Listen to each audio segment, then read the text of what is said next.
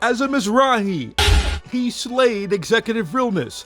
As a LaCroix, he produced the most sought-after ball DVDs in history and inspired the legendary Sneaker vs. Sneaker category. Then, as a Lanvin, he created Ballroom's original Blog Talk radio show. Now he's doing it again with his all-new show, The Roundtable with Tom Blumenthal. Joining the Roundtable for the show's inaugural season is actor, comedian, reality TV star, heavyweight slanger, and legendary twister himself, Ken the Champ Balenciaga. So Ken, welcome to the show. Thank you very much for this exclusive interview. Appreciate you so much. Amazing. Thanks for having me, Tom, man. It's good to see you. Good to see you, man. It's been how many years? I don't even know. I lost count, but it's been a long time. Tom, it's definitely been over like 7-8 years, I'm certain, if not more. I mean, I've seen you like here and there because I would pop up here at and balls. there, right. I would pop up at a ball here or there every blue moon, like really every blue moon. Like literally a blue moon, y'all. Yeah. But you know, since I kind of left the scene or what have you, and I haven't really been out in the city in a long time, I haven't seen you out like where we've talked. Like we haven't really talked like this in a long. It's been years. It has. You're a Balenciaga now. You've bounced around and you've had your share of house membership. You and I were in the same house at one point. We were both Mrs. together. We were Mrs. Yeah. Yeah. It's been a long time ago. So, okay, let's jump right into this thing, man. First of all, tell us how old you are. What's up, everyone? And it's me, like he's already introduced me, the champ, Balenciaga, and I am 34 years old. Wow. Okay. So, in gay years, that's pretty old. In gay years, it was pretty old before I turned 34. So it's funny how when you turn like 30 or 31ish, like the kids think you're old for some reason. Yeah, it's immediately like on their face. And I'll be thinking like, y'all better pray y'all get to this age at 30. You know what I'm saying? Guess what? I'm singing that same song right now to people, like most definitely. All right, so you're 34, and life has really taken a turn for you for the good. First of all, I'm proud of you, man, because when I look at you now, because we've known each other for over 20 years. It's been a very long time. Yes, Tom. I knew you, Tom, I had to have been like 17. You were pretty young. There. Like I had to be like 16, 17. Yeah, I think you were. I was young, you guys out into the scene. And, Y'all, listen, y'all, you and Vito both, man, y'all were in the club doing y'all thing as teenagers, being grown. Yes. I think that's so funny. But my point is, we've known each other for so long, and I've had the chance to watch you grow from a young man, from a teenager, literally, to the man that you are now, the professional. You're into so much. Just give me the rundown of what you're doing professionally right now. Okay, cool. So professionally, I am into property management. That's first. Everyone knows what property management is, of course, apartments, condos here in the Atlanta area. But I am also my field, my love, my passion. I am out there, I'm grinding, and I'm an actor. I'm acting, I'm doing voiceovers. And we saw you, I think we saw you on Legendary. That was I just finished Legendary season 1, man, and we got renewed for a second season. So shout out to that. It is the first ballroom reality show. What was that like? What was that like to be on the show with so many heavy hitters? And you're already pretty known in the scene, but now you're known to the masses, to the mainstream. What was it like? It was everything, and I really mean this. It was everything that I imagined it to be and more. That was the thing. Like, I already went into it knowing, of course, this was a competition. And if anyone knows my ballroom personality, it's definitely like aggressive. You know what I mean? And that's just me on the floor. I'm very competitive, but at the end of the day, it's from love, but I am extremely competitive. So I'm thinking like $100,000. Like, I don't see nobody but the people in my house. And that's just that. And there were other houses who felt the same way. So again, it was a great experience. There were definitely times that, there were other houses in my house that we were just not seeing eye to eye. And I thought it was all fun though, man, at the end of the day. But well, now that you're back from that's how now that you're back from Legendary and you go from, the big guy around Atlanta to now you're known all over the place. You're getting bookings, people are asking you to host stuff. So how's it been? How have you been received now versus before the show? You know what? It's like, it's the same. It's just a bigger number and different people. Because I will say, people here in Atlanta, or not even just Atlanta, all over Chicago, wherever the scene is, they like, from how I feel and receive, they love me. You know what I mean? And I love them back. Like, there are so many people, some that, of course, I may not, know right off name. A lot of them I do, though. And when we meet, it's just that burst of great energy time. And, oh my God, how have you been? It's just been cool. Yeah, I think that's it's like, yeah, I agree with you. Because I do, from my memory of our interaction, I think that, you were a guy that everybody always had love for, Right. So you go from, kind of a local celebrity to this, big time guy. I mean, you're known as Ken or the Chant, the very masculine witch queen. Yes. You're not your typical gay male. Right.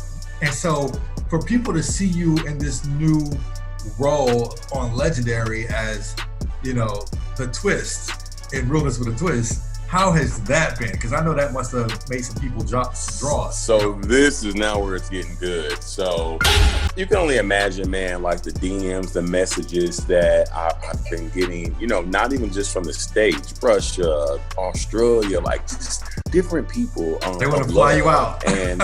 And yeah, man, it's crazy. And certain people like that were maybe even on my Instagram, Tom. See, Legendary was almost like coming out again for me, because I actually did so good with balancing my ballroom career and people not knowing about it in my life. You know what I mean? Like, people, even if they knew my sexuality or knew that I was bisexual, they never knew that I could vogue and vogue down my ass. They never knew that. They never knew. But wait, were you still in the closet to some degree about your sexuality? Not even at this point. Okay. It's like, if you think if I'm in the closet to someone, it's their own personal desire of me being in the closet. Right. Okay. Yeah. And that's what the show did. The show just it rebirthed me. It just made me just be free and happy, and that's where I am now. Like, there just couldn't be a worry besides, freaking COVID and shit that's going on. But as far as like who I am and moving daily and speaking with women and men, like, I am who I am, and you're gonna like me, you're gonna love me, or you're not. And it's so simple. It's so simple. Well, let me back up for a second, Ken, before you go further, because you just said something that I want to come back to in a second, which is you're bisexual. Because I find that very interesting. But I want to just, the professional side of you, what you doing this show Legendary, you guys are renewed for a second season. Can you tell us if you're going to be on season 2? Watch season 2 and you'll see. Okay, all right. What else is in the pipeline professionally? I know you're into acting. You've had some parts on. I am. So I've been casted for a new project that is going to air on BET. We start filming next month here in Atlanta, and it's a comedy. And that's what you guys can know. I am the big brother of another well-known actor. So that's what makes this like really, really cool. I mean, notice I said big brother. So if I just told you guys my age, and my character's around the same age as I am. So it's an amazing feeling, Tom, and it's definitely about people. My friends alone are just going to be so happy for me. So it sounds like doors are opening up for you, which is exciting for me because it makes me feel good that you're, taking off like you are. Right. How does it feel I mean, is it weird to you that all of a sudden you have these doors opening up and your life is going in a whole new direction, and it's like when you're on the verge of your dreams coming true. It's not weird, but what it is, it's definitely an eye opener. I don't know if you remember, I'm sure you do though. If you remember Lawrence, he's a Balenciaga now, Lawrence Star, he was on Star, all of that. Yes. Him and I were extremely close. And I remember he once told me, he was just like, baby, wake up. Who are you living for? You need to be you. And the second that you realize that you are who you are, everything, and he didn't even mean as far as my acting career, he just meant life period. Everything that you want will come to you because you will now be living in your organic truth. You will be living in your truth. Yeah, and I agree. Once I got casted for Legendary, of course, like he was one of the first people I told. But after that, him and I talked, of course, again, and he was just like, baby. And I was like, I know, I remember the talk. And it's true. Yeah. It's so true, Tom. Like, I don't know why, because there are so many, people, I do know why. There are people who, of course, in the, entertainment, however world they want to be, they feel as if it's best for them to remain in the closet, and I get it. However, for me, it wasn't like that. It was, and I'm not saying, of course, sexuality got my role. But that's a beautiful thing when you come to that realization, because for a lot of us, for gay men or bisexual, whatever you are, we, if I had known what I know now as a 18, 19, 20-year-old person or in college, who knows how different my life would be right now. A lot of the heartache and the embarrassment that I had to live through, it was so unnecessary. But I didn't know. There was nobody to tell me how to live this life. You know what I'm saying? Right. I had to learn on my own. And there was oh my God, there were so many mistakes along the way. But to be in this place now where I'm unapologetically gay and out, and I just don't give a damn. And what can you do to me because I'm who I am? Nothing. Because you didn't create me, and I answer to the man upstairs. So what can you do to me? Nothing. You know what I'm saying? But when you come to that realization, it's like a light bulb. It is. It's a light bulb that just don't want it to go out, man. And like I said, not only that, is it pulls people into you. Women, men, dogs, cats, snakes, whatever. It just pulls people into you because you just feel great, All right. And that's what I love. We'll be right back after this quick commercial break. You're watching The Round Table with Tom Blumenthal.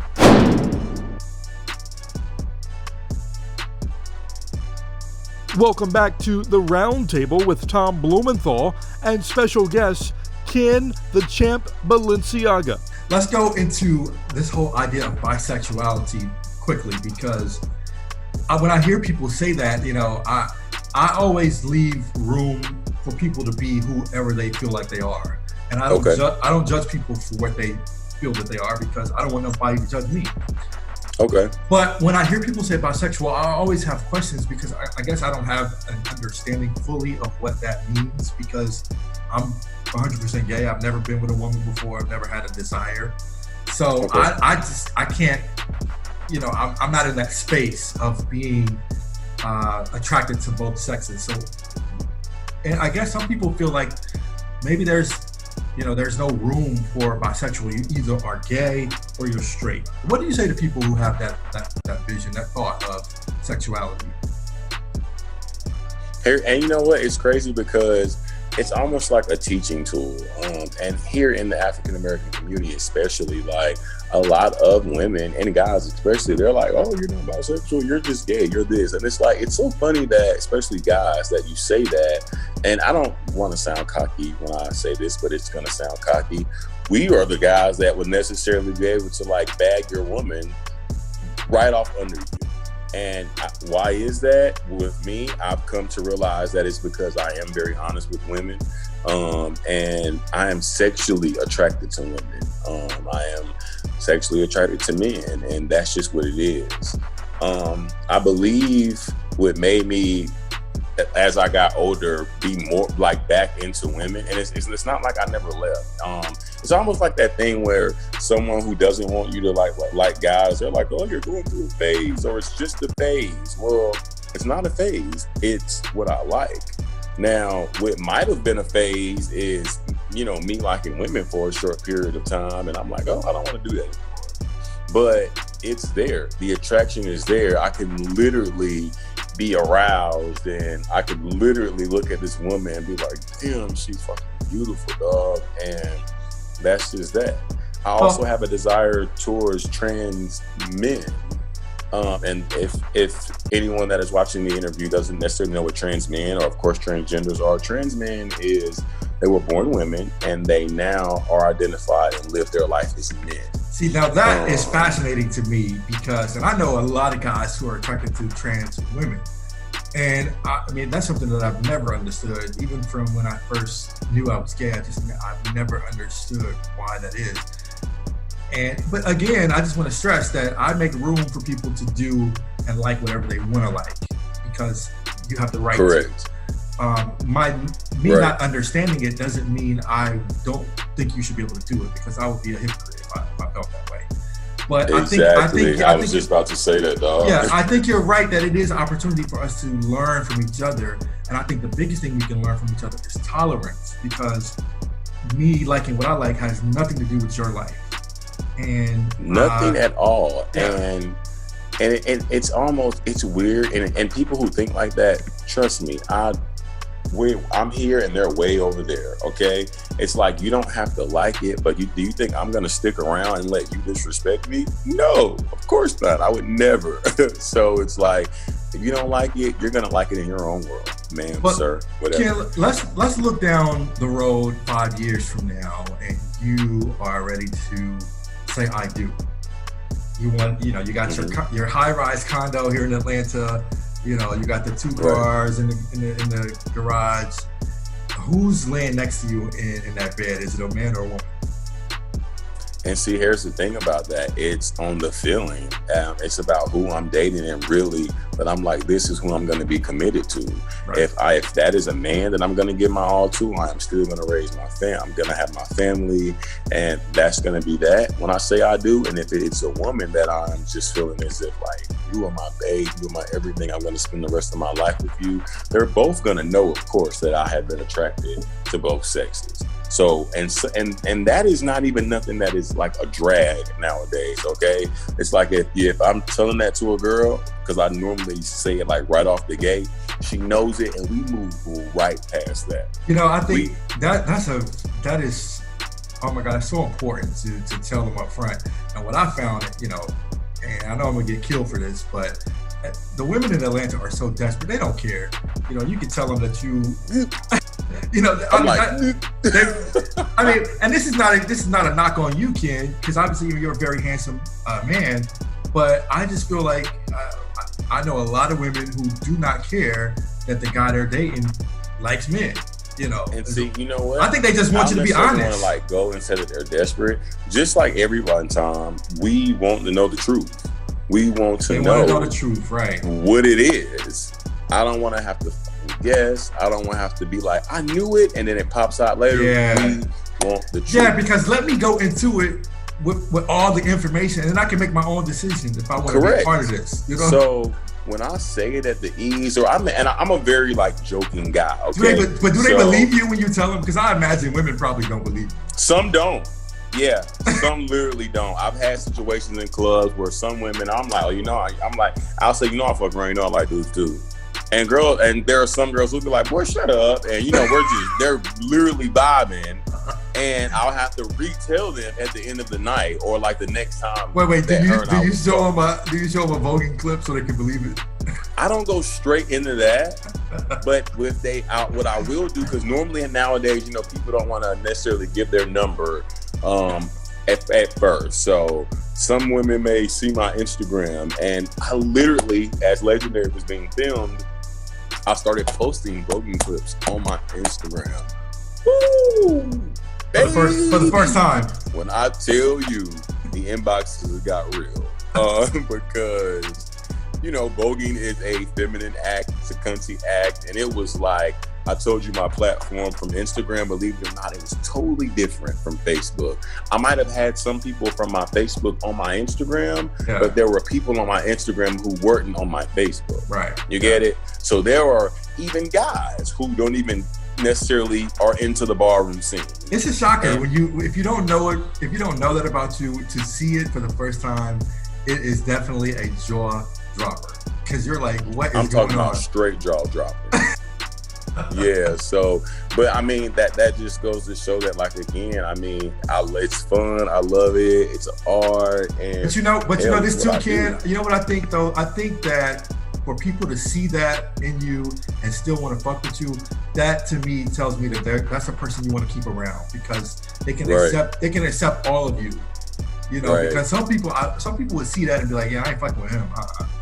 Right. And those are people like, yeah, I'm glad, because you're the kind of person, you can't accept all of me. I don't want you around me no way. Yeah, I've been dumped in the past with Logan, of course. You know what I'm saying? So yeah, man. So it is what it is. And back then, believe it or not, those were things that would depress me, and being serious or make me sad about myself or myself. Absolutely.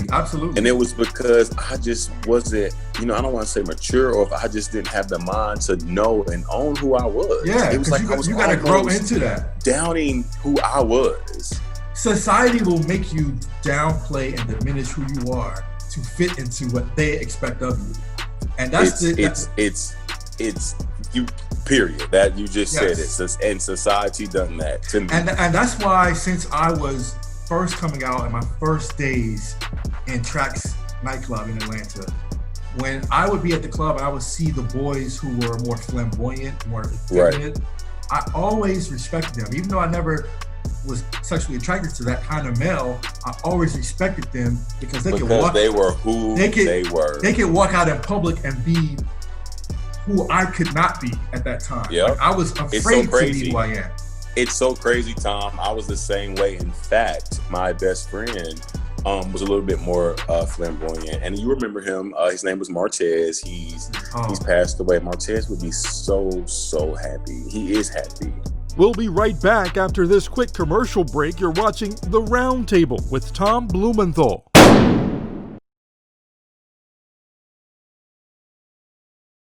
Welcome back to The Roundtable with Tom Blumenthal and special guest Ken the Champ Balenciaga. I wanted to ask you about losing people, because in this lifestyle, we have friends who come and go, and I always say that in this lifestyle, to be black and gay, to be black period, but to definitely be black and gay, there's a trauma that happens over and over and over, because you're constantly losing people who you are close to, friends in the scene. And so I guess, I wanted to ask you what that means for you to lose somebody and who you've lost close to you. And I know Martez would be one of those people. It's no joke. It's just no joke. A lot of, the scene creates family. So it's like the family that Martez was like a brother that I never had from that age bracket. Of course, I have younger siblings, but me and Martez were around the same age. He was a little bit older than me. He made me feel so comfortable. He was literally an amazing man.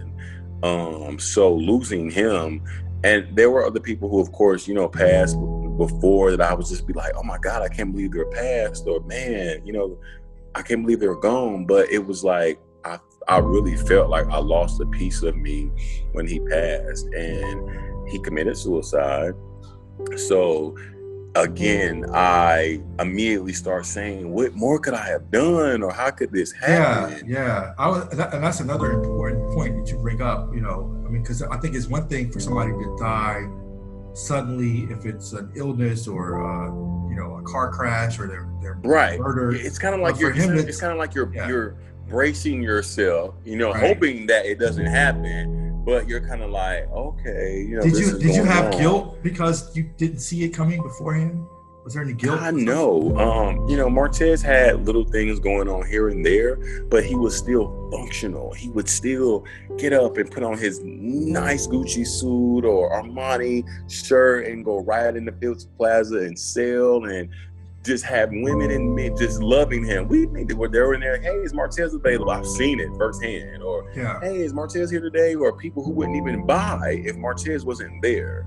So they loved him at work. They loved him at church. His mother loved him, and it was just a missing love from his father that he just never received. And it's different with me. Me and my father aren't close by far, and I don't give a damn because of my mother and how amazing she is. I remember Martez when he was in college at Morehouse, and I kind of watched Martez from his early days in the House of Mizrahi, and he was so talented, such a talented person, and that was a really sad thing when I learned about his death, and rest in peace to him, because I remember having a conversation with Martez one time at Andre's house, and I saw some things that he was getting some directions he was getting pulled in that I knew he didn't necessarily want to get pulled in, but he didn't really have any control at that point. And I remember talking to him and just trying to get him to see that there's more beyond this place. Just kind of hang in there. Yes. And you just said it. He was a Morehouse man. Martez was extremely intelligent. Okay, Martez is the reason that I went and got my bartending license, which I am doing some things with bartending as well, trying to create something here in Atlanta. And I'll let you know about that. But he was the reason. He always told me, like, you would be a great bartender. People would love you, because he dipped and dabbed into that as well. We'll be right back after this quick commercial break. You're watching The Roundtable with Tom Blumenthal.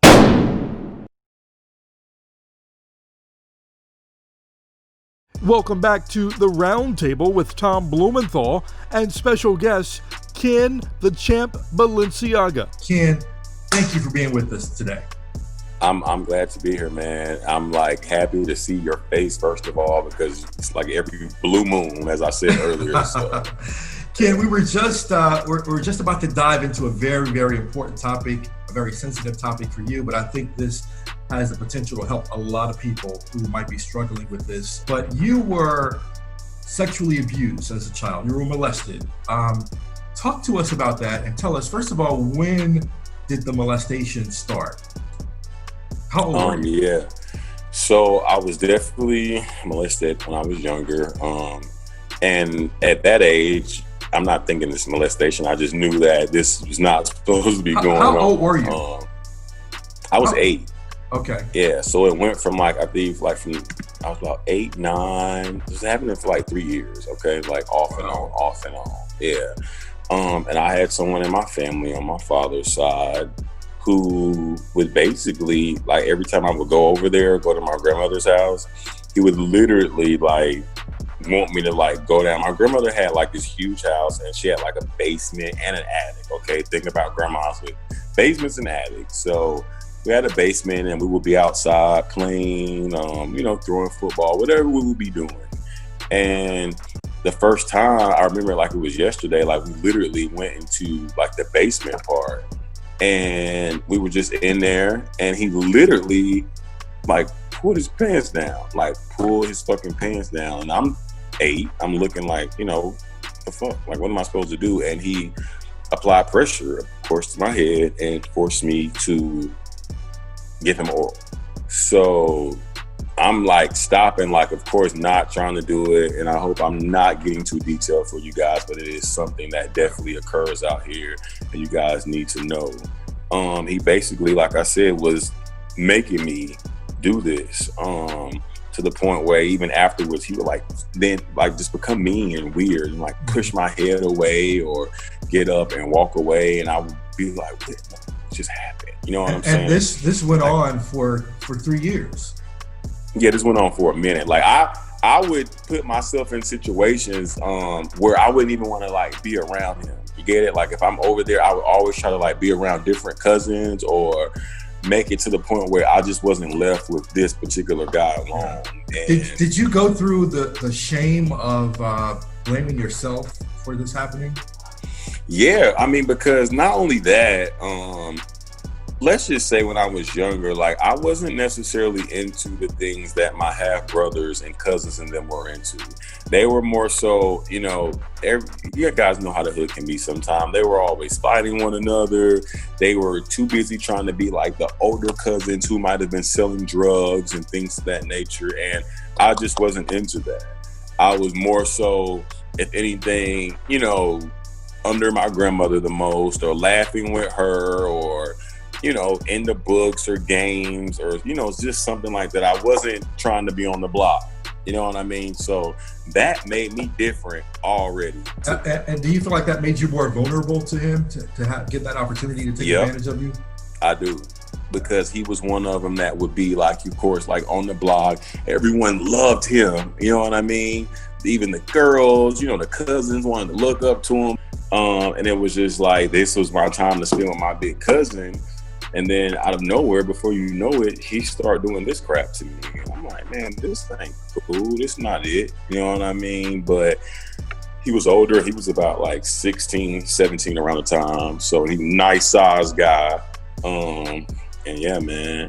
And the reason that I even spoke about it to my mother, I waited till I was like 25 years old, 26. Yeah, that's an interesting point. You never told anybody during this time when you were a child. No, God, no. Was Tom, it? Were you afraid?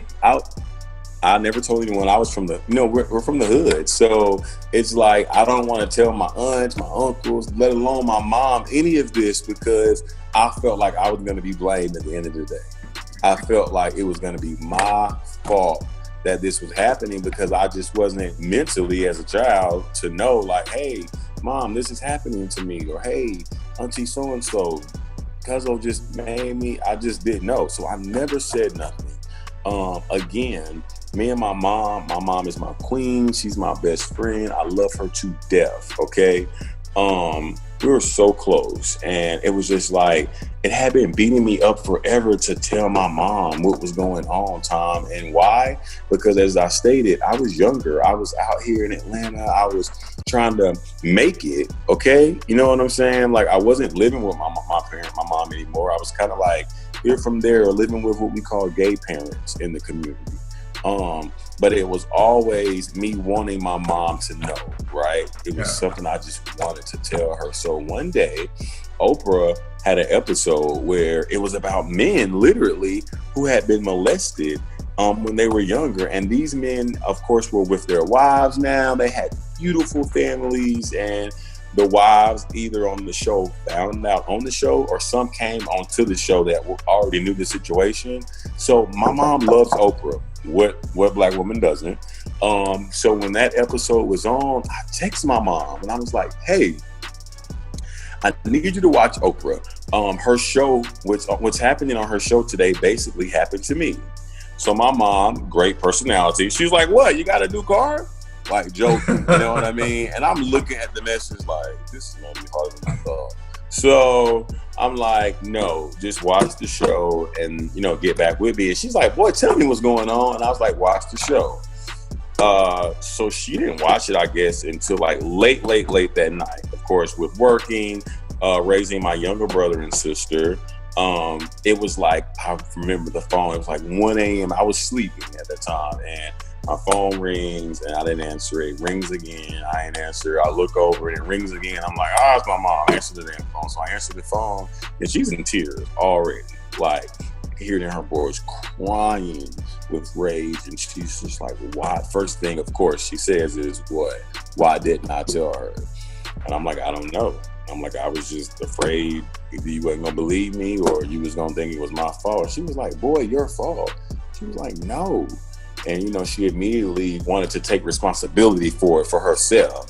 She wanted to be like, you know, if I didn't make it, you know, where I, you know, basically she was trying to say if it was something she didn't do as a mother for her. And I'm like, Mom, no, it wasn't you by far. You're amazing. You know what I mean? Trying to throw some comedy into it. Again, it's 1 something in the morning. And I just want her to stop crying at the end of the day, because as a man, and I'm sure all you guys can relate, there is nothing like hearing our mother cry. Like, it is literally like, I'd rather pull the skin off my own face. So I just had to like let her know that, like, you know, it wasn't her fault. And yeah, Well, how has that? And that was it. And she immediately said, "You're my son, boy. You're my oldest." Yeah. She was like, "I love you." How has that impacted your life now in terms of? I mean, does it still weigh on you? Is it something that still affects you? No, it doesn't. It doesn't weigh on me at all time. In fact, I just went back home to South Carolina. But even before this trip, whenever I would go back home, and I would just see him, I would be with disgust. You know what I'm saying? If we're just gonna keep this all the way, raw here, I would literally be him and just be disgusted. But my outer didn't show that. You know what I mean? My outer side would, speak, keep it moving, laugh, but it is what it is. Yeah, it's a tough situation, and it's an issue that I think we gotta learn how to talk about more to work Most through definitely. that, because there are a lot of people who have lived or are living what you're describing that you went through, and people need to know that there is help available, and if you are a person who has been sexually abused, there is help available for you. Yes, there is. There is help available, and that's another reason why I'm just glad. Of course, people speak out on their own situations, but I need people to know, and not even just in the hood. This can happen in your mansion. It just can happen anywhere. And if you're in a situation now where it's happening to you right now, there's some help available. I mean, you have to find a person you trust, a teacher, a church member, an adult figure who you trust, and tell them what's going on and get the help that you need. You don't have to stay in that situation in silence. And that's the most important message that we can share with people. Yeah, anyone and anyone to see this interview that you and I are having, teenagers, however, whatever, please, you guys as well, reach out. If you feel like there's not a family member and there's something going on to you, reach out to my social media, speak with me. I do not mind talking. I lived it. I've been there. I totally get it. And Ken, thank you for being so transparent about that, because I think that is going to help somebody. We'll be right back after this quick commercial break. You're watching The Roundtable with Tom Blumenthal.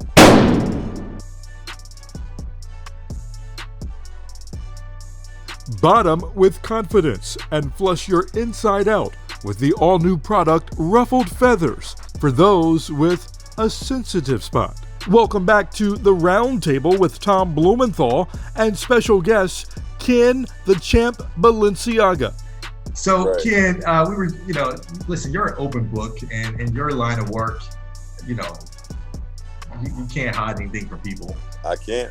So tell us, you've had some scandals in the past. Who hasn't? Which one stands out to you? And then I'll tell you which one stands out to me.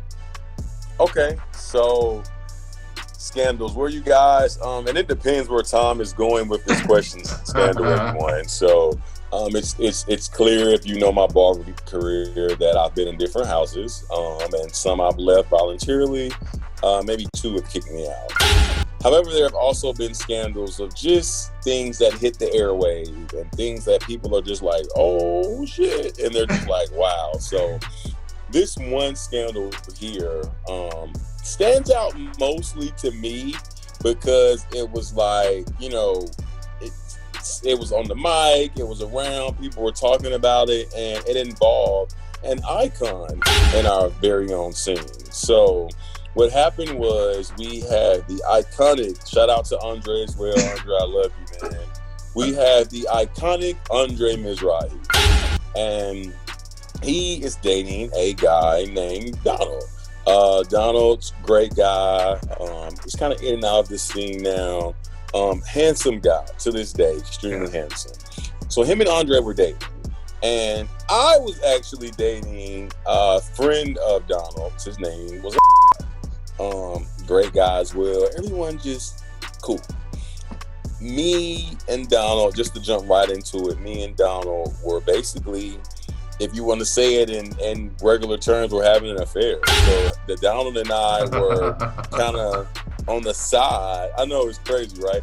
Donald and I were kind of on the side of being involved with one another. Let me tell you why I'm laughing here, because this is the scandal I was going to talk about. Are you serious? Yes. Yeah. Because it's the most memorable. Huge. It was freaking huge. Oh my God. When this thing broke, it set Ballroom on fire.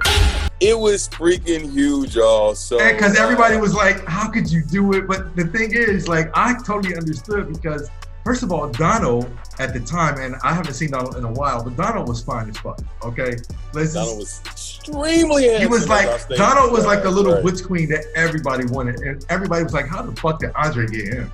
You know, because Andre loved him. They were. Andre loved him. You know, he liked them young ones. You know what I'm saying? But adults, but he liked them young, right? No shade to Andre, but right. Anyway, everybody was like, yo, how the fuck did Andre bag that one? You know what I'm saying? Yes. And it was like, Ken did what? And it was so crazy. You guys gotta know, like, I'm young, I'm this skinny little guy with big ass nose and just walking around voguing and just trying to make people laugh, whatever. Yeah. So Donald and I are, like I said, having an affair on the side, and it was going on for a while. And it just caught fire. Like, how did Andre find out? How did it leak out that you guys were it like, leaked out from I end up like having my phone, which was my fault. I had like left the whole day. Andre was out of town. It was crazy. It's always the phone. I went to see Donald, came back, through my phone, and he saw messages between Donald and I, and he immediately contacted Andre. I mean, immediately. Damn. And that was crazy though, because we were in the house at the same time, and Andre kicked you out. Andre kicked me out. Yeah, Andre gave me the nice old stern Timberland boots. He was like, man, you are out of here. But this is what makes this scandal so bad, you guys. So he's already an icon in the scene. All right, let's start there. He's Andre Mizrahi. Then you have Selvin, Kool-Aid Mizza, and everyone knows Selvin. She's like a grandmother. Shout out to Selvin. We love you. Selvin was the commentator everyone wanted, okay? Everyone at all the balls. So there was a ball that came up. It was the last time to shine ball here in Atlanta, Georgia. And Selvin's on the mic, and she has a chant. And guess what, you guys? I remember the chant. The chant went like this. It was like, Mary had a little lamb. The bitch got drunk and fucked my man. Now she's trying to shake my hand. Oh no, hell no. And it was crazy at the ball because, of course, you guys know how we are at the ball and we're catching all the shade and everyone. And when she was saying the chant, if you know Selvin, like she's walking and talking and she's pumping. And when she said, when she gets to the part where the bitch got drunk and fucked my man, like she like turned her back. She was literally right there, like within feet. No social distancing, joking. She was in feet from me, you guys. Yeah. So, Booty, who's my father, everyone was like looking at me, and it was just crazy. And I was just standing there like, well, but you know, what I remember from my memory, I don't think so. Andre didn't break up with Donald at that time, though, right? They stayed together, didn't they? They stayed together, yeah. Yo, that was the scandal of Ballroom. Yep, I mean, they stayed together. I got removed from the house, and that was just that. But you know, Ken, no shade. Like you at that time, you were a catch too. Like all the boys wanted a piece of Ken. So it wasn't just Donald. I mean, you still that way, man. I mean, you were skinny at that time, but everybody wanted a piece of Ken. And I guess the word had got around that maybe, you know, whatever it was to it, like it was nice. So right, most definitely. And then, you know, then this thing happens with Donald, and everybody's like, oh shit, like what? It was talked about for forever. I mean, that was my goodness. I don't think there's been me for like a whole year. Yeah, I don't think there's been another scandal quite like that one. I mean, there have been some ballroom scandals, but that one is in a whole different level by itself. Like, that was amazing. Yes, scandal. It was. But you can look back on it. I am now glad though that on this day, this very moment, Andre and I, we have a great relationship. We've definitely moved past that. We might have gotten to some other arguments since then, but we've moved past that, and we are in a great space right now. Well, you stole my thunder because that was definitely the scandal I was going to mention. Isn't that crazy that was your scandal though? Yes, because that's the one that I think everybody remembers. You know, because I don't. Yes. You know, you've had other things, but nothing like that. I mean, that one was like, and I think if Right. it hadn't involved Andre, it probably wouldn't have been as major as it was. Yes. But because it involved Andre, that just like elevated it 10 times beyond. what- 10 times, man. It was like he, that little skinny got some nerve, right? Yeah, I did. So, Kim, before we let you go, tell us what's on the horizon. You told us about the BET show that's coming up. We have Legendary Season 2 that's Legendary coming up, Season which is 2. going to be bigger, crazier, and it's being filmed in LA. So Okay. we got that coming up, man. What do you before you go further though? What do you think about Ballroom now, as it has become more mainstream? Like, how do you feel? I About love it. Like, it's baffling. Excuse me, to me that I saw some reviews that where people were stating that Ballroom is being taken from us, and they're trying to make it seem as if Caucasian people are taking our scene, and that is totally not it. Okay, like the producers, Dave, Rob, Renato, everyone over at Scout Production, they were amazing when it came to the casting and putting Legendary together. We filmed Legendary, in 2019, but we were trying to get it off the ground summer of 2018. When I first flew out to California for Legendary, and some people don't know that it was going to be on Bravo at first. However, oh wow, Scout Production took it away and didn't let Bravo take it because Bravo wanted it to be so out of the way and so not what it was. Yeah. They were saying that, no, we're not going to give it to Bravo. Yeah, I'm so glad. I say all this to say is that I'm excited to see where the Ballroom scene is now. Like, it's amazing. It's crazy because it was really like our underground life. It was really what we had. It was really, for the gay, bis, and the trans. It was what we knew. You know what I mean? Ken, we lost your And picture, there are Ken. so many. Hello, We lost your picture. Tom, are you there? I'm here. Yeah. You Okay, hear yeah, me? you froze up a little bit. Okay.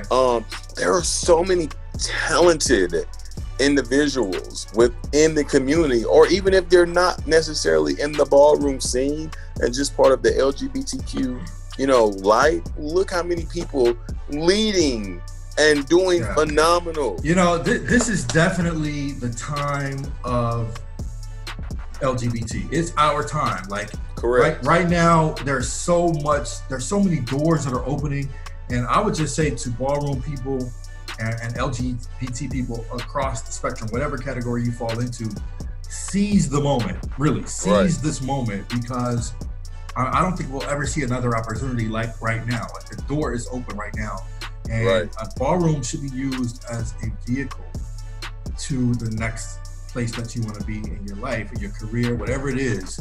So for these young people that's running around, going to balls and flying all over the country, don't stop there. Like, let this be the vehicle to get you to the next place. And they can look at you and see where it can get them. They don't have to look any further than you.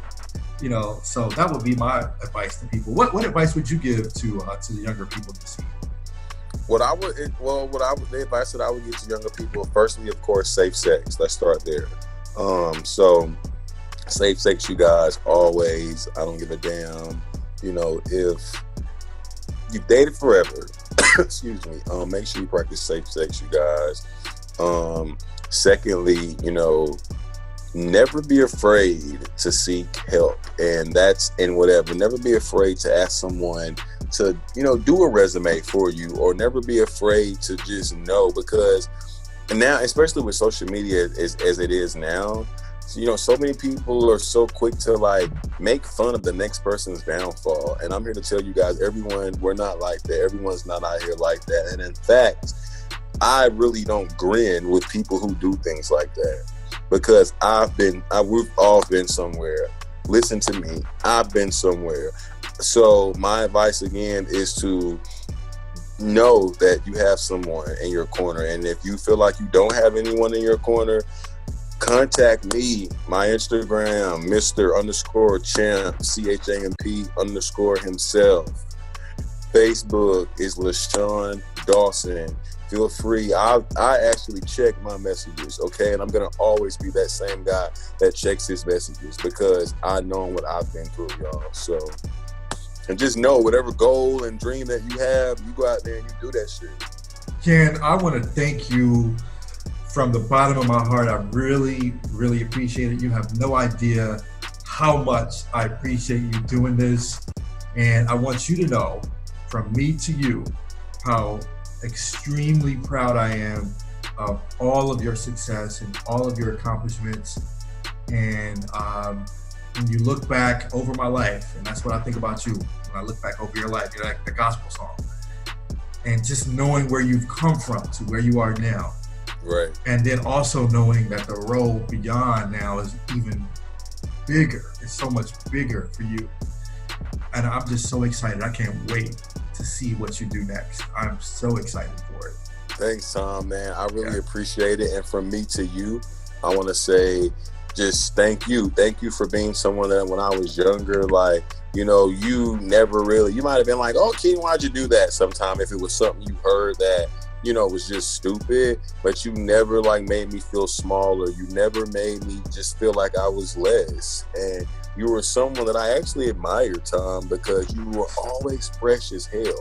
Let's start there. I loved how you dressed because it was so different. And then once I got to really know you and know like what you were doing outside of the scene, I loved it. I was like, oh, well, he's on his shit. So this, for us to be rerouted back here where we are today, I think it's amazing. And God, I thank you. Full circle. So, yeah. It's amazing how life brings you back in a complete circle. And most definitely, dog. Yeah, thanks a lot. All right, that's it. That's the show. The round table, baby. We got more interviews coming, yo. Shout out to my boy Tom. And remember, Serve the Kids was here first.